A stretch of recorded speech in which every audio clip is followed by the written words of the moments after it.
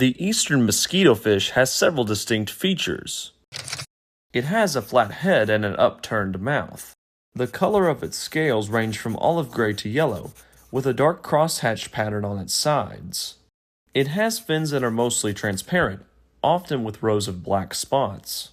Females have a dark spot on their abdomens, called gravid spots, and some males show melanistic blotches on their sides. Other subtle features, such as its 6 dorsal fin rays and tiny teeth located on their 3rd cloacal fin ray, help distinguish it from its close relative, the western mosquitofish.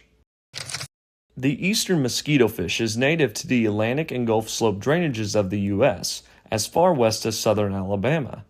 It has also been introduced to parts of the Midwestern and Northeastern United States, as well as other countries worldwide. If you want to see more content like this, hit that subscribe button and check out the related playlist and videos in the description. Tight lines, everyone.